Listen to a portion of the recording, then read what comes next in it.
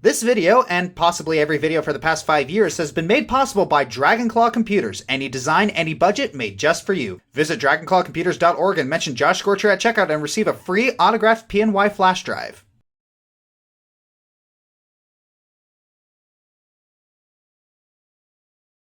Hi, this is the Fiery Joker. It's in my name, so I have to burn it. Okay, I am not doing that voice throughout the entire review. No, sir. Okay, so The Incredibles meets The Neverending Story. Sounds like a cool concept, right? Plenty of avenues to explore, lots of cool imagery you could put on the screen.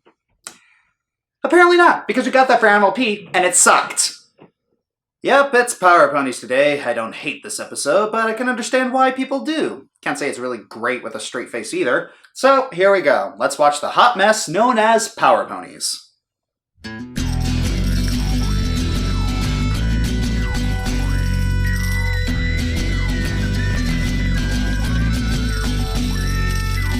Welcome to the Fiery Joker, where bad ponies burn. Josh is kinda mediocre, and something he won't learn. Not as shy and not the boldest, merciless, your heart's the coldest. Put that show out to the public, it could be your turn. Josh Scorcher, he's a man, kaboom, he has a pretty beard. Josh Scorcher, he really likes ponies, don't you think it's weird? Josh Scorcher, hot metal, Sumi involved. Josh Scorcher, this episode sucks. Josh Scorcher. And they say that a hero can save us. I'm not gonna stand here and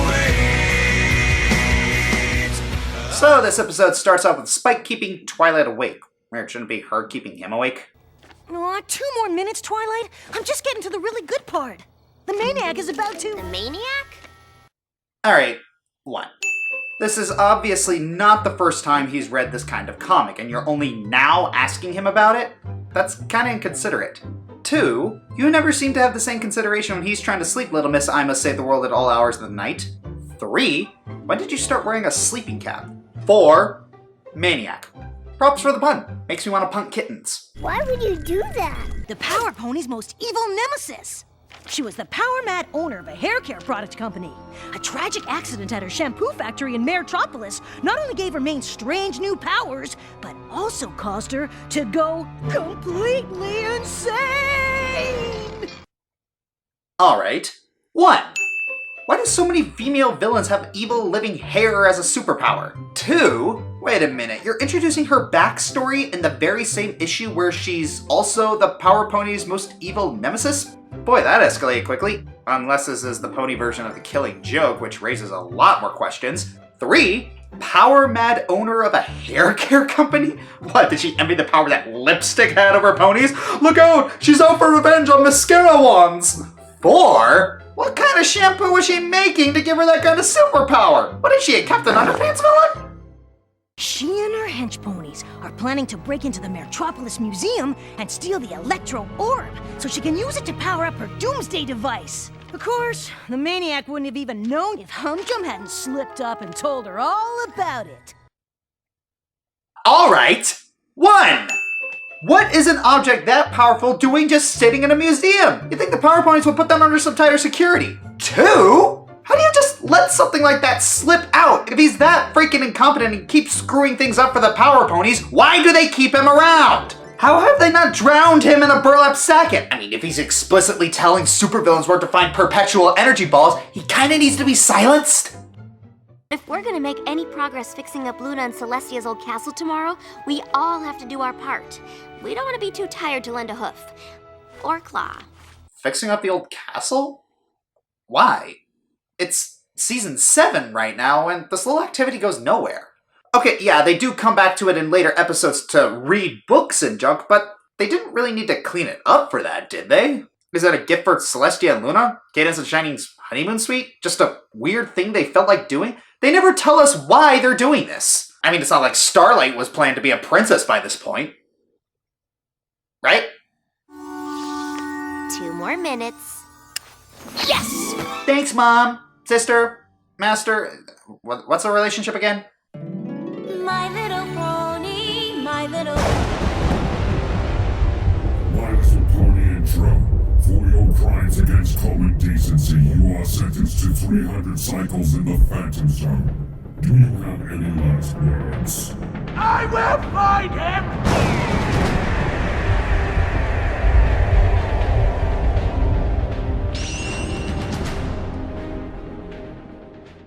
So it appears that everyone's been hard at work cleaning the castle for a good while now, and... Good old Spike is here, ready to do his part. Hold the f***ing hot dogs! You tell Spike to get some sleep so he can better help, and yet you ditch him the next morning and make him walk through the Everfree Forest alone? Gee, I sure hope a crocodile doesn't eat him, you dingus! Isn't there anything I can help you with, Twilight? Don't worry about it, Spike, so good! I think she's right. It looks like we've got it, Spike. Holy shit cakes, Twilight!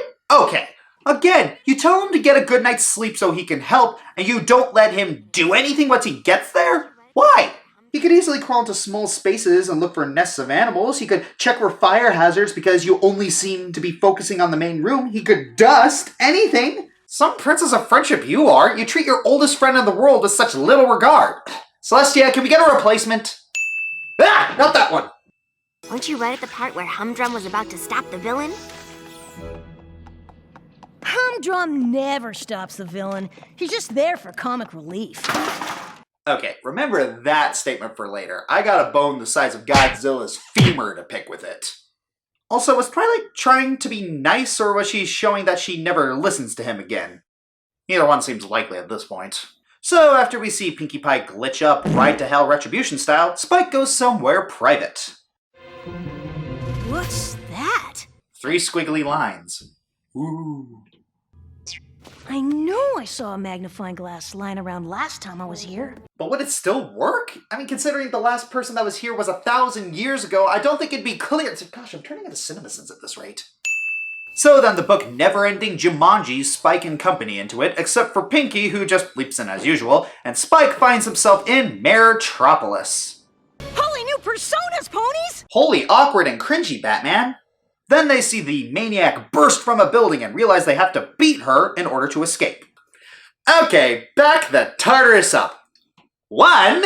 Why does this comic book have magic? Isn't that dangerous? And how the heck were they able to enchant it with something so powerful? 2. Are there other comic books that have magic enchantments, or is it just this one? It's never explained. 3. What would have happened if they didn't get the exact amount of ponies and dragon here? Would these characters just not have been there? That would have been weird.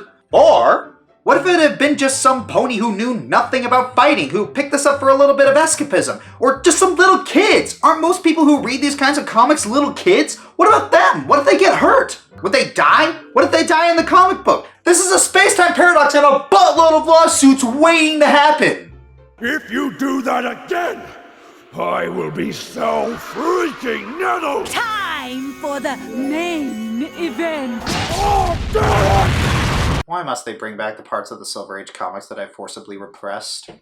So it turns out they all have powers of the comic book heroes, and Pinkie Pie has super speed. Arceus, help us. And clearly Applejack is Blunder Woman. Twilight, freeze her mane! Do what? You're the masked Matterhorn. You can shoot all kinds of crazy power beams from your horn.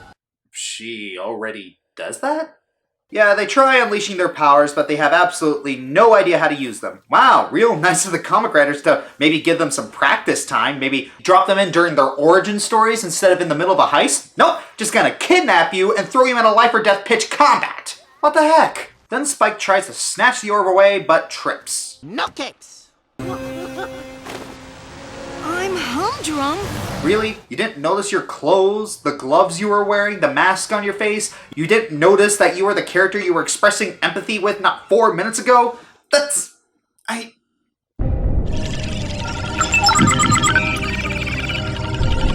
So then Applejack lassos the top of the tornado until it explodes. No, just no.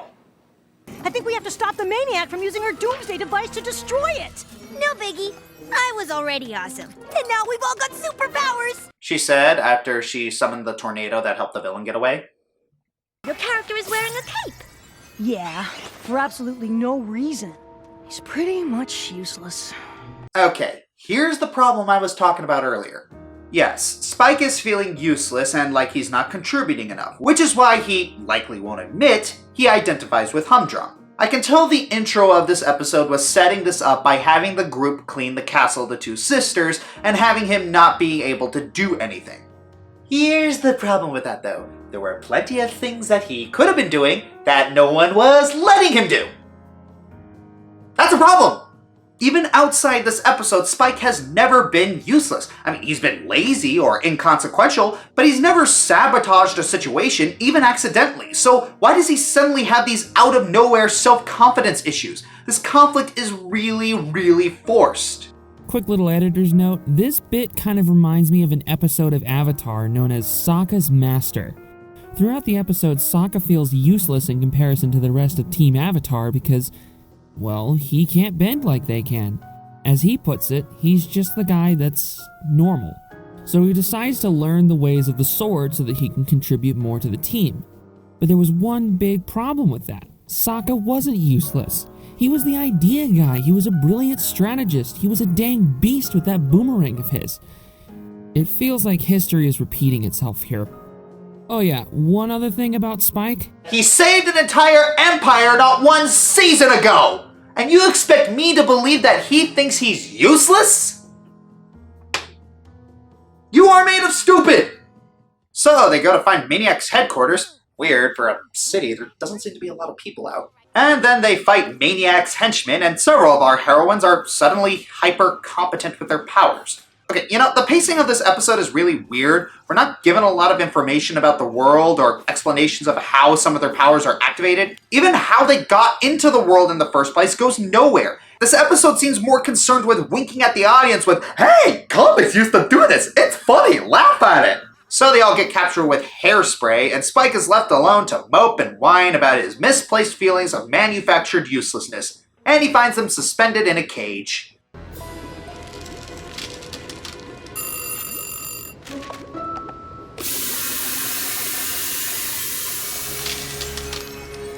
Wow, competent henchmen. Don't see that every day. Then, of course, Spike's feelings of worthlessness are undone in a single sentence, because of course that's how it works. And he is somehow able to trick the henchmen and no one notices him. Okay, I take it back, dumb henchmen. Then the next few minutes are a long fight scene that has some pretty cool animation, but for the most part it's pretty boring until Maniac flicks a firefly. What makes you think you're so special? Like the rules of common courtesy don't apply to you?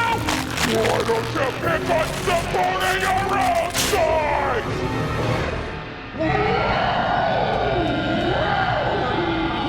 Okay, that's funny. Yeah, Fluttershy roids out into a giant angry yellow marshmallow.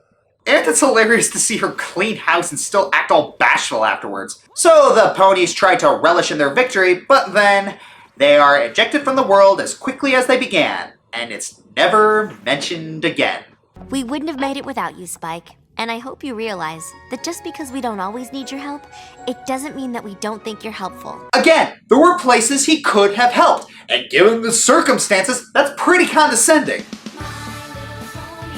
I get what this episode was trying to be, a loving tribute / parody to Silver Age comics, like The Incredibles, but aside from a couple clever jokes and cool moments with the powers, it rarely took advantage of the scenario and ended up using bad puns to fill the void. The designs of the comic world, like the backgrounds, were really dull and uninteresting, and the setup for how we get there in the first place is sloppily thrown in and then forgotten about. This episode raises so many questions and answers none of them. Oh, and Spike's inner conflict of feeling useless does have some potential, but its setup isn't believable enough to make it feel like it was earned. If I had to sum up this episode in one word, it'd be careless.